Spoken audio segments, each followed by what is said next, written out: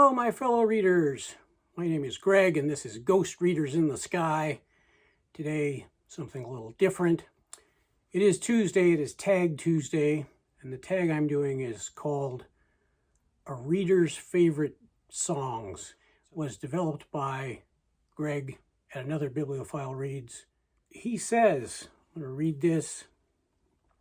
People read, and they also often listen to music as well. Do readers' choices in music reflect their preferences in reading? As a reader, what songs interest you? Let the viewers decide whether musical tastes match reading tastes. Name a few of your favorite songs. There's no need to put them in a specific order unless you'd like to. There's no minimum or maximum number of songs required. People tend to resist being bound to a set number. There we go. Don't overanalyze each song choice. A brief comment will be sufficient. I'm saying songs, but interpret that broadly. There are many kinds of music that might not fit the strict definition of a song, so go with whatever feels right to you.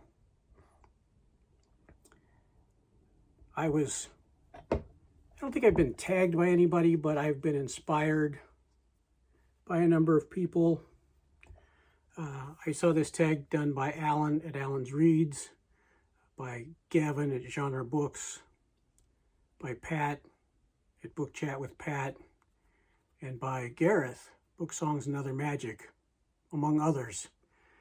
And they inspired me to do this myself. And I broke this up by decades that I've lived. So 0 through 9, and then 10 to 19, the teens, and then the 20s and the 30s and the 40s and the 50s. And for each one of those decades, I picked 3 songs that kind of fit the basic theme that I was exploring in those decades in the music world. There are a lot of artists who I thoroughly love who are not represented in this list. And that's just how it's going to be. I will list all the songs and the decades in the description below. I will also link to playlists I put together. I have one on YouTube and I have one on Spotify. So pick your poison. I wanted to start off by just talking briefly about the church music that I grew up with. So I was a member of a denomination that did not believe in instrumental music, only singing. So we sang a cappella, we sang as a congregation, we sang in 4-part harmony. I do not miss going to church or being part of organized religion, but I do miss the singing. And I tacked on at the end of the playlist some songs that just are a good representation of what we sang. And so for the first almost 20 years of my life, this was an important part of my musical background and education. All right, the aughts from age 0 up through age 9 is what I'm calling the aughts. And of course, this was mostly defined by my parents' record collection, or I should say my parents' 8-track collection. Dean Martin, he had a record called Gentle on My Mind, and I love that title track. That's a song written by John Hartford, and Dean Martin has a great voice, some interesting big band arrangements, sometimes a little schmaltzy, but it's one of those things that got into my head and it lives there. Next one, Johnny Cash. We had Live at San Quentin, and the song I think about more than any other probably is A Boy Named Sue. Not necessarily an appropriate song, but I enjoyed it, and I learned it, and I sang along. Words were written by Shel Silverstein. And then Olivia Newton-John, this is when she was still considered a country artist.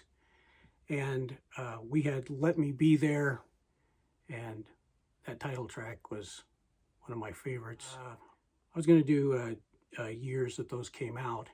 Dean Martin came out in 68, Johnny Cash in 69, and Olivia Newton-John in 73.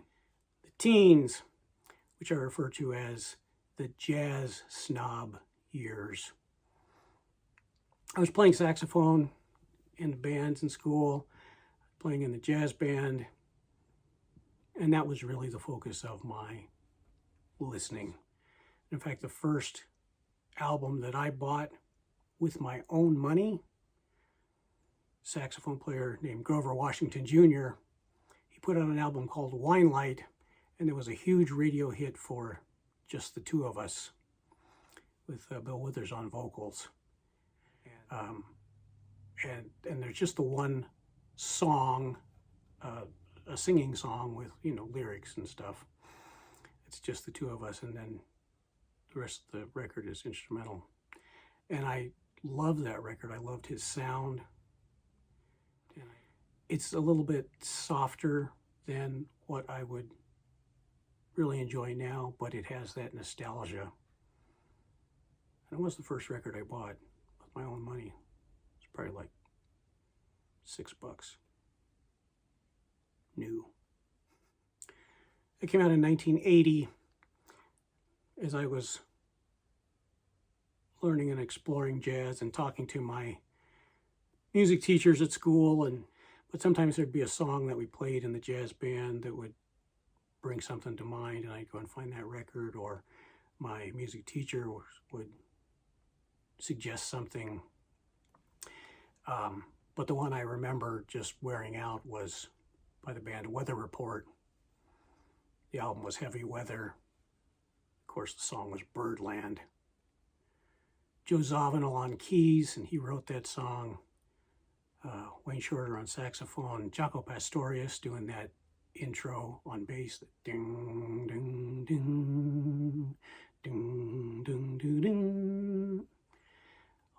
On the bass, he just had a completely different sound than anybody I'd ever heard. And that's just a great record, top to bottom, of Birdland. Birdland, definitely the standout.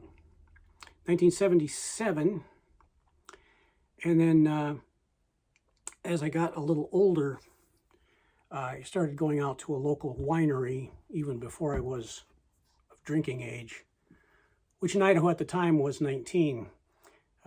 But earlier than that, a local winery hosted the great Gene Harris. Gene Harris had come up in New York City and had played with all the greats there.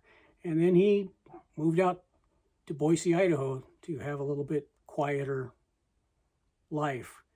But he played every Sunday, the Gene Harris Gibb Hochstrasser Quintet. And when we first started going,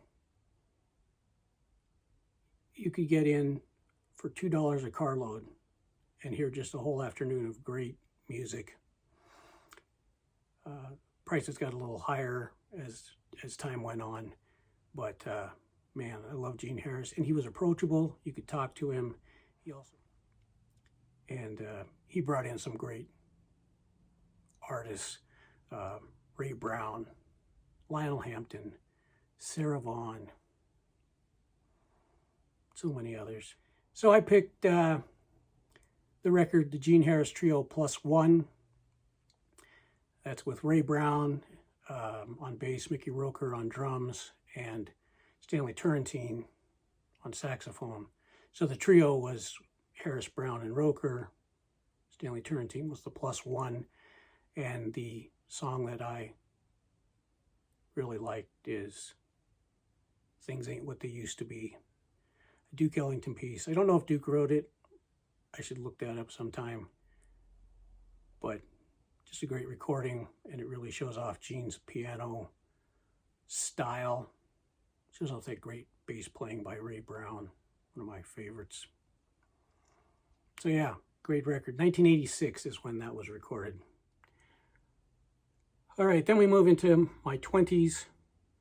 I call this the decade of Western swing and honky-tonkin'. When I was a jazz snob, I subscribed to Downbeat magazine, which I absolutely loved. It had great interviews with musicians. It had great record reviews. It had just a lot of really interesting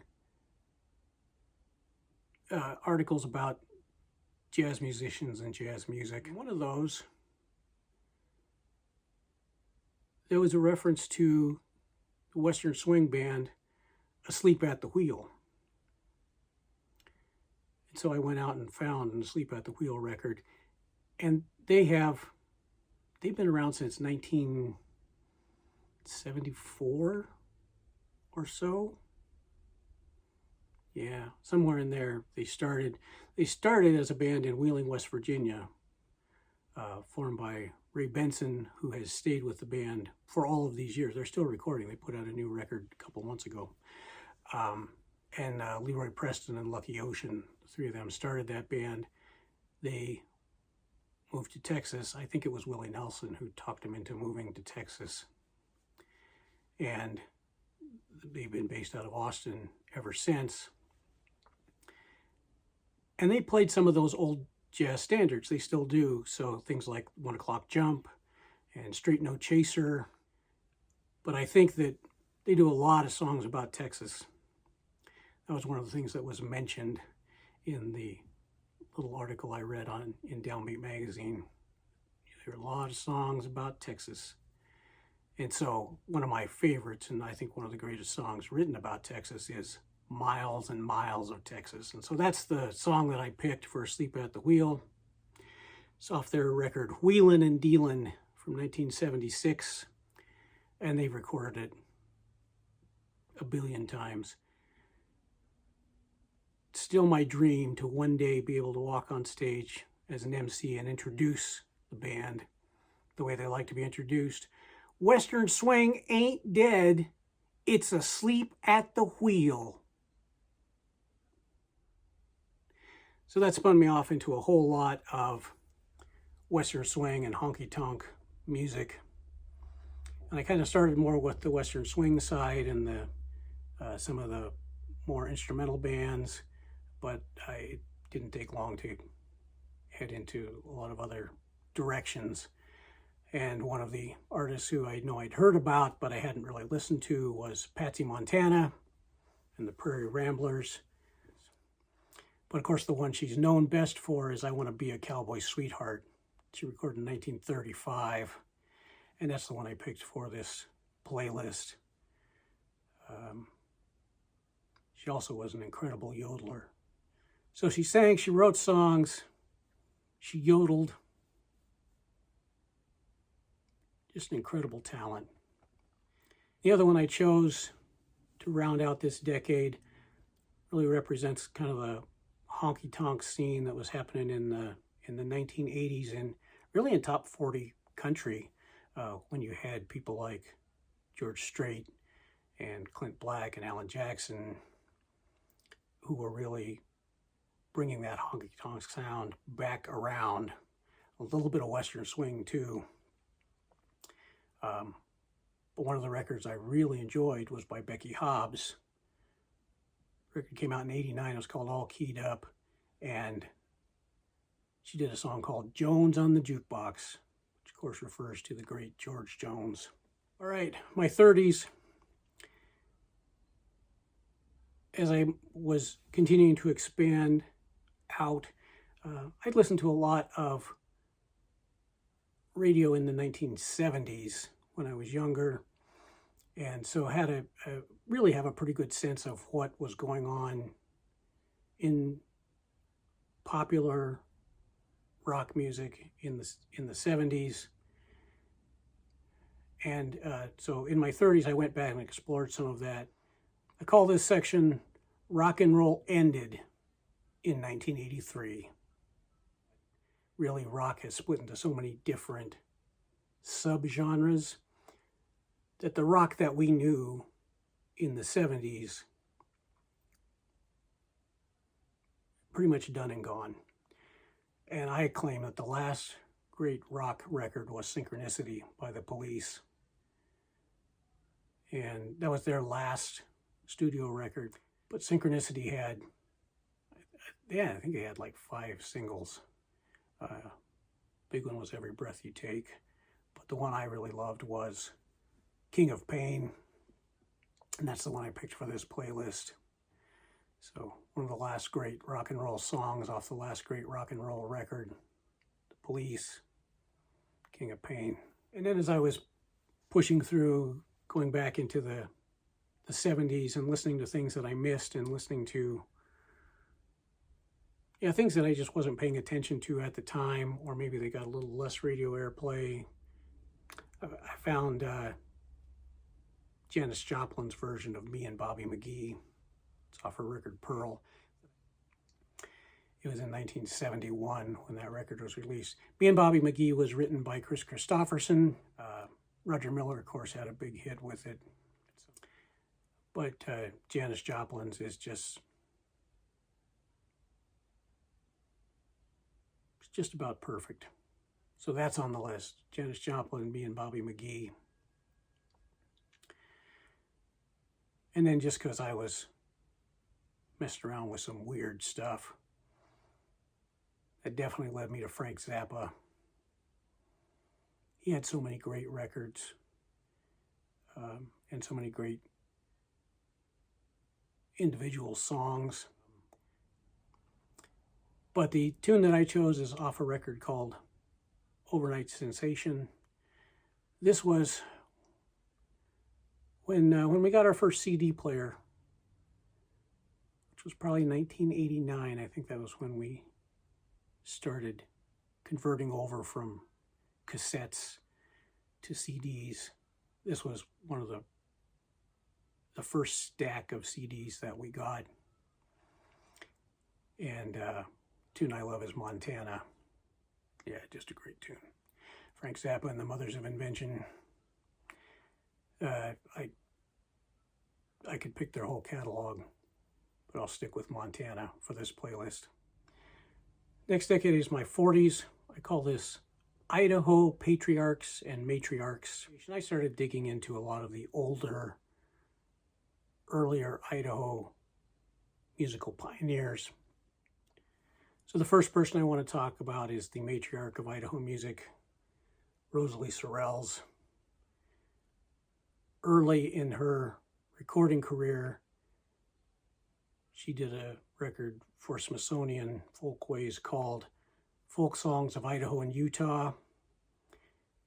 And I picked Way Out in Idaho for this. That is just a great record all in all. And she wrote some good songs. She played so many fantastic songs, and she was just a person that everybody raves about knowing her. Everybody around here has a Rosalie Sorrells story. After that, the Braun Brothers. Rosalie Sorrells' record, the Folk Songs of Idaho and Utah, came out in 1961. In 1979, the Braun Brothers put out their first record. Their first record was called Old Cowboy Blues, and it features the song 13 Miles Up the Yankee Fork, which I thought was just a great song. And the last one I chose is Pinto Bennett. Pinto Bennett, exceedingly well known around here, but never got big radio play outside of this area. But man, he put out some great honky-tonk style music. Of course, the one I have to pick is Idaho Cowboy. He's an Idaho cowboy, no Tennessee plowboy. It was written by Pinto and Baxter Black, the great cowboy poet, when Baxter still lived here in Idaho and was working out at Twin Falls as a veterinarian. And Baxter's wife, Cindy Lou, the three of them wrote Idaho Cowboy, and then Pinto and the famous Motel Cowboys recorded that. So the great Pinto Bennett, I did get a chance to meet him a few times. I even got to appear in one of his music videos, the last music video that he did. Everybody has a Pinto Bennett story, just like everybody has a Rosalie Sorrells story. All right, that's a lot of Idaho music for the 40s, my 40s.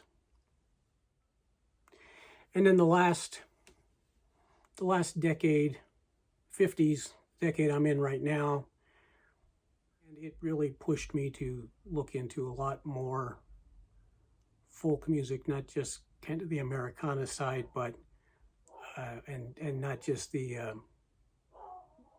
Bob Dylan, Joni Mitchell, Pete Seeger style of folk music, but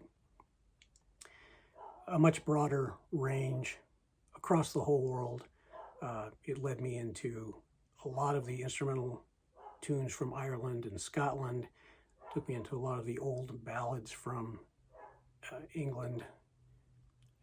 It took me into the instrumental music like the brass bands of Eastern Europe, the polka bands of both Bavaria and Mexico.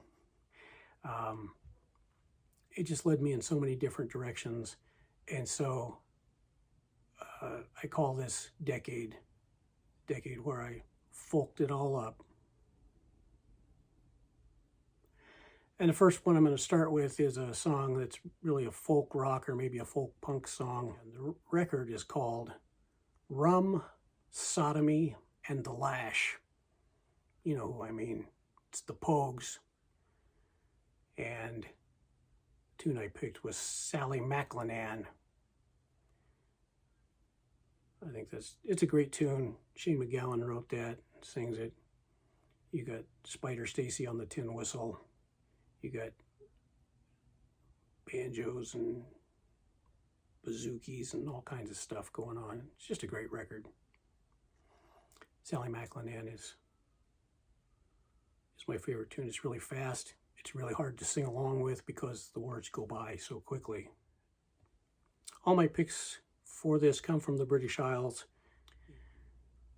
And staying in Ireland with Irish musicians, Patrick Street. The one I picked from Patrick Street, from the record Patrick Street number 2, is a set of 3 tunes: Jenny Picking Cockles, On Gavin, and Jack Keen's Reel. And the final one for this playlist and for this tag is a Scottish band called Caper Cayley. And I picked from their record Sidewalk, spelled Sidewalk. And they do sing some walking songs. From Sidewalk, came out in 1989. I picked a song that was written by the great Dick Gaughan. In fact, Gareth and I were just talking about this song and record from Dick Gaughan the other day. Picked Both Sides of the Tweed from Caper Cayley. That's how we rounded out. So there we go. A long, arduous procession through 6 decades of music.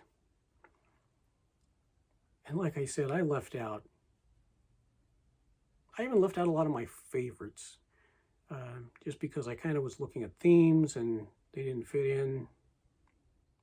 Again, the playlists are in the description. There's a Spotify playlist and a YouTube playlist. Thanks for staying with me. This is a long one. Maybe my longest video ever in the history of the world. I don't know. It was sure fun to do. And that was a lot of work too. So thanks for sticking with me. I appreciate all of you who listen to this. And if you listen to the whole playlist, I'm sure there are things on here that you've never heard of before. If you get a chance to listen to the whole playlist and can let me know what you think about songs, what your favorites are, anything that really doesn't grab you at all, I'm curious about all of that. And if you see something about this musical playlist and my approach to music that you think matches my reading tastes and my approach to reading. I'd love to hear about it. I have some thoughts myself. So this has been a Tag Tuesday, and I'll do another one next Tuesday. And until then,